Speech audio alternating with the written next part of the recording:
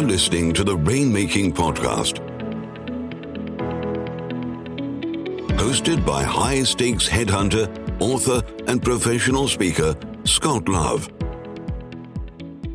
This is the Rainmaking Podcast, and my name is Scott Love. Thanks for joining me on the show. This is episode 156. Can you believe it? We've got a lot of content here. Take time to go back and listen to some of the previous guests that we've had. It's definitely going to be worth your time. Now, our topic title for today is Creating a Business Plan, and our guest is Stewart Hirsch. Now, regardless of the industry in which you work, this show is going to be extremely helpful for you. A business plan. Do you have one? You need to listen to this show. If you don't have one, then you especially need to listen to this show. As you know, I recruit partners for big law firms, and when a partner goes from one firm to another, a lot of times they're going to have to submit a business plan. So I've read a lot of those. And it's always helpful to think about your business. Where does it come from? Why do people work with you? And how are you going to get them to work with you? Stewart's going to talk about that and more. And let me tell you about Stewart. I've been following him for years on social media. He's a credentialed expert in the area of business development. He works with C-suite and other executives as a sounding board and also as a strategic and tactical thought partner, in addition to assisting with communications and relationship building. Stewart practiced law for 21 years until 2001 in law firms and also working in-house. So he's been there. He's got a lot of great experience that's going to help you. As always, this podcast is sponsored by Leopard Solutions, legal intelligence suite of products, Firmscape, and Leopard BI. Push ahead of the pack with the power of Leopard. And now here's my friend Stewart Hirsch talking about creating a business plan. Thanks for listening. Hey, this is Scott Love with the Rainmaking Podcast. Our guest today is Stewart Hirsch, and our topic title is Creating an Effective Business Plan. Stewart, thanks for joining me on the Rainmaking Podcast today. Oh, it's a pleasure to be here. Thank you. This is great. I've been following for years, and you've always got great ideas that I really appreciate. And I appreciate you being on the show today. And our topic title is Creating an Effective Business Plan. So let me ask you this. Let's get some working definitions. What does that mean exactly? What does that mean when we talk about a business plan? Well, everybody's got different definitions for business plan. And the reason I created a plan that I use with people when they would like to use a business plan is because usually firm plans are just about goals. A plan is a plan. It's not just goals. So an effective business plan means a plan that actually lays out what you're going to do and helps you create your own accountability, has all the topical areas that are needed for you as an individual, for each individual, and gives people an opportunity to create a plan that will work for them. And it's interesting because it works for any professional services. It really works for anybody, but professional services people, mostly, I'm a lawyer, so it's mostly for lawyers is the way I designed it. But I've also done programs on it, which included in-house lawyers and outside lawyers. So okay, good. For in-house lawyers as well. I'm going to focus on with you on the lawyers in firms or professionals in firms rather than in-house. Yeah, that sounds great. And so let me ask you this then. Is this something that someone writes and that sets the direction, or is it a working document they come back to? And if so, how often should they refer back to that and use that plan? Yeah, it's only useful if they write it and refer back to it. If they're not going to refer back to it, I wouldn't even really bother because you're really not accomplishing anything. You got to create some accountability, and accountability isn't exactly what you're going to do. It's really a strategic plan for an individual. Yeah, okay, Companies good. have strategic plan. Law firms have strategic plans. I've even worked on strategic plans for practice groups in law firms. And without having a strategic plan, you don't really know where you're going. And some people prefer to just go in the direction that the spirit takes them, and others like to be a lot more organized around it. Yeah, interesting. That will create the organization. And so let's say you're coaching someone. This is a rainmaking partner, somebody that wants to be a rainmaking partner in a firm. They've got the ability to get their own clients. They know how to do it. They just kind of don't know where to start. Where should someone start as they're formulating this business plan? Yeah. So I have a broad-based business plan format that I suggest people use. And so I'm just going to throw it out to you, and feel free to ask questions around it and see what works. I'd like it to be very holistic. I think a business plan has to take into account that a person is a whole person. It's not just about business development. It's about their lives and their business. So there are three parts to it. The first part is the firm and what they want to do within their firm or organization, if it's not a law firm particularly. The second part is their personal life. And I'll get into that in more detail if you'd like. And then the third part I say if you'd like, because I have offered this to law firms in the past. And I was told, don't bring in personal life because we don't want to talk about that. But organizations always do. When I've done this I created a program called Business Plan Bootcamp, and that's really where this came out of. Okay, great. And the third area is business development. So there's 3 parts and there's 3 sections. Each section has 1 part. So the first section is, where am I now? It's a snapshot of where you are from your organization firm perspective. The second part is, where will I be, or where am I going? I like to look at that as, where will I be in 2 years? Without all the obstacles that people put in front of them to get in the way of getting there. So if you say, where do I want to be? Well, I want to be here, but I'll never get there. Or I won't be able to do this. Or I won't, whatever. I don't believe in you can't do it. I believe that if you treat it as if you've done it, sometimes I'll tell people in groups, like, close your eyes, imagine it's 2 years from now. Or 1 year, you pick the time frame, and you have succeeded in reaching your goals. What will your life look like from a business brand? How many clients will you have? What level of clients? What on a personal life? What will that look like? And then the third area is you take the delta between the two. Where am I now from a snapshot perspective of today, which should be parallel to where am I going? So you have to have whatever you say where you want to be in 2 years or 1 year. That is, you have to have a parallel entry in the snapshot. Like, you've got nothing today. You haven't done that. You want to develop a new practice area in 2 years, and you haven't done it today. So I want to add bankruptcy to my practice that I'm doing. I'm not doing bankruptcy today. 2 years from now, I've begun a bankruptcy practice. I'm doing these 3 or 4 things. But the third part's the most important, which is the one where I've seen a lot of plans that people bring in from their law firms, and they'll just be goals. Yeah. And the plan is, how do I get from here to there? And it's really easy. You have to break it down to baby steps. So let me ask you this. How granular should we be breaking it down? When people talk about the delta, yes. What are some of the action steps? How much detail should they put into that? And what are some examples of that, Stewart? So the details depend on the person. So some people don't need to be granular. They're going to look at their plan every week, and they're going to do things that will bring the plan to fruition. But for many people, they'll just say where they want to be. And then the details are, you ask yourself 2 questions or 1 question for each item where there's a difference. So an example, I'm going to use a personal as an example, because that's just the easiest. Because let's say that somebody says on the personal side, I have irregular family time today. Okay. What I want to do in 2 years, I want to spend every other weekend with my family, like totally leave it out. No doing work on the weekends, on every other weekend. You pick whatever you want, but that's this made up person that I use for a made up plan that I created.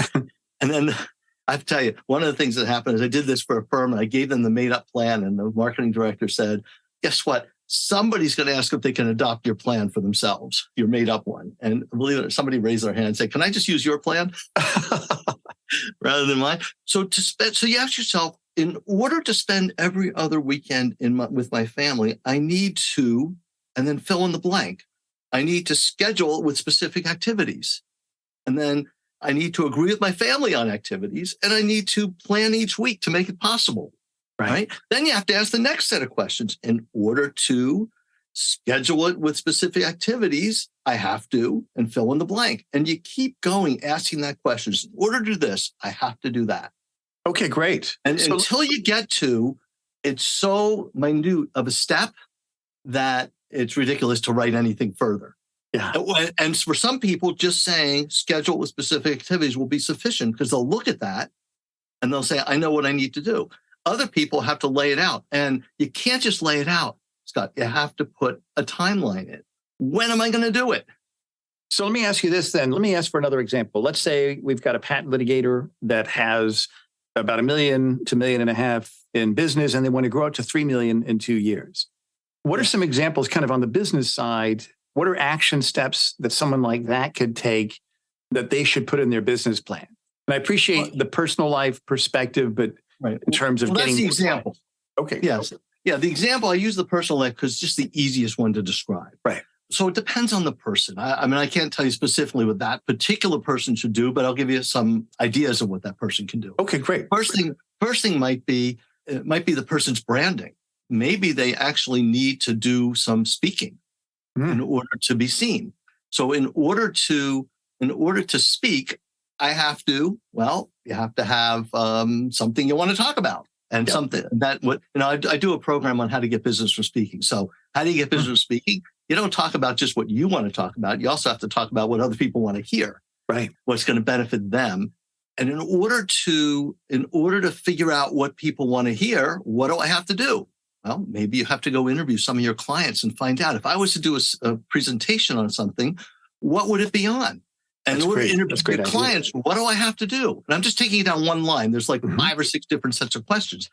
In order to interview my clients, what I have to do, I have to pick and choose which clients I'm comfortable and feel safe asking those questions of. And then once you get some ideas, then you could say, where would I do this presentation? In order to determine where to do this presentation, you may have to go through the same process. Maybe in a firm that someone has $1.5 million book of business, there's a marketing person who can come up with some of the places where it can be done. It could be like the AIPLA. I've spoken for them a bunch of times, and I know that they have opportunities, and IPO may have opportunities. What organizations are you a member of? I would ask that question. How deeply involved? Maybe they have to get more involved with the organization so they can get speaking opportunities. Right. So that's just going down the speaking path. Yeah, then they have to know how to get business from speaking. So I have to make sure, well, what do I have to do to make sure I can get business from those? And then what are the follow-up activities I need to do, and so on. So you just follow that. Then there's other lines. What about existing clients? If you want to increase your business, have you talked to your existing clients? Pick the clients you have to talk with. Which ones will they be? You have to ask that question. And then what do I say? I spend a lot of time as a coach helping people figure out what to say in their email, what to say in their conversations. Because one of the things that holds people back from actually doing something is, I don't know what to say. Yeah. I don't know how to approach that. So I help them approach it, because it's really important not to have a barrier put in front of them that, well, I'm not going to do that because I don't know what to say.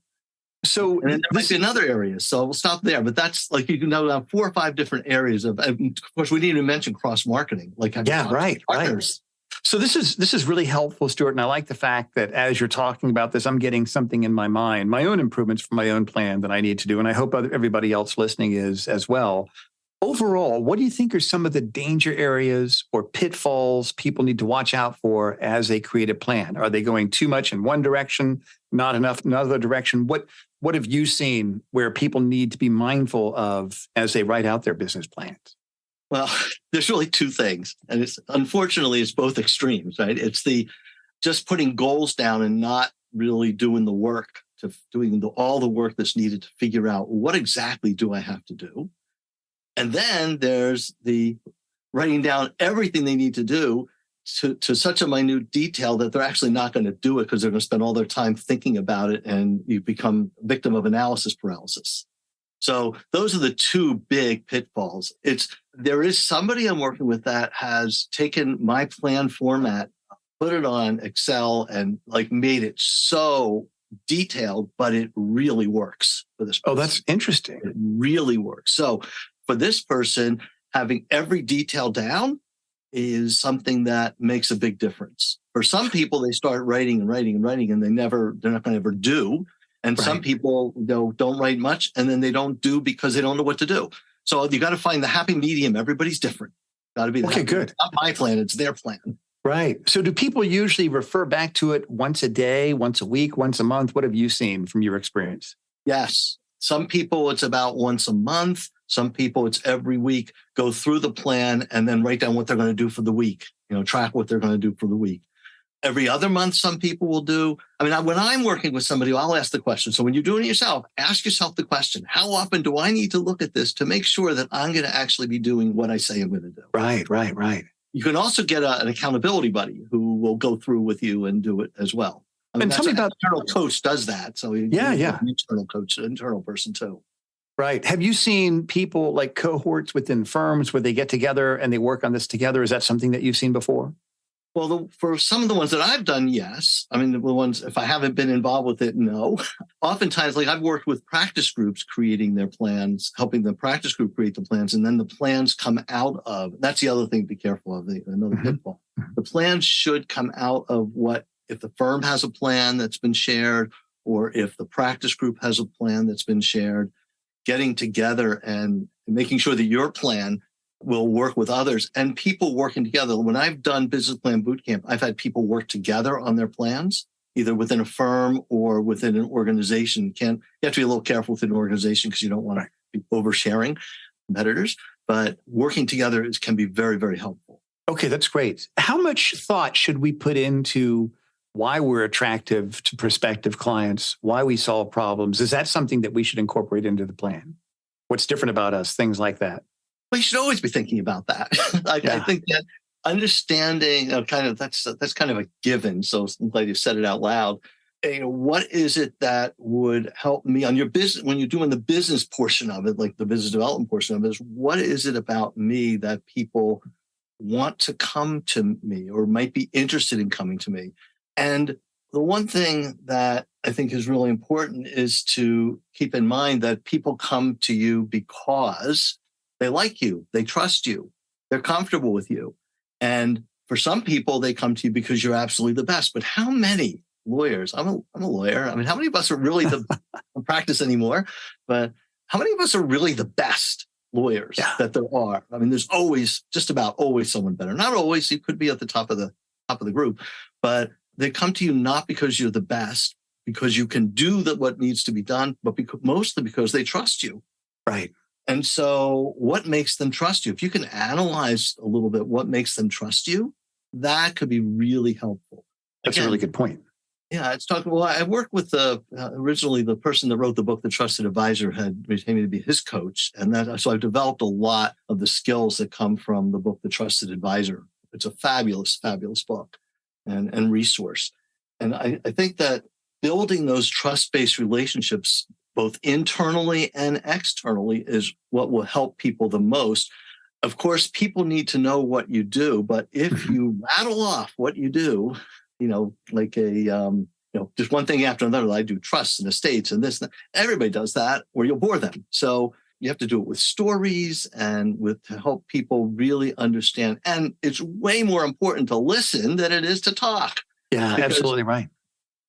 Go ahead. And what are some of the changes that you've seen in recent years, especially since COVID kind of came and hopefully we're out of it forever? But what have you seen have been the big changes just in the last 3 or 4 or 5 years as it relates to writing business plans? I think that plans have become, I think there's similar level of importance.